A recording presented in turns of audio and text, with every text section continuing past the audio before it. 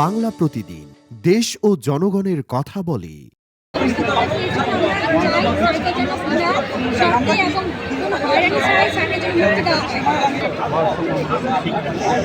আমরা হচ্ছে গণযোগাযোগ ও সাংবাদিকতা বিভাগের বেগম রোকেয়া বিশ্ববিদ্যালয়ের ছাত্র।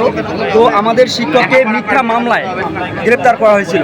তো যদিও স্যার এটার সঙ্গে সম্পৃক্ত না। আজকে জুলাই আগস্ট অভ্যুত্থানের মোটামুটি 10 মাস হয়ে গেল, তারপর কেন স্যারকে গ্রেপ্তার করা হলো?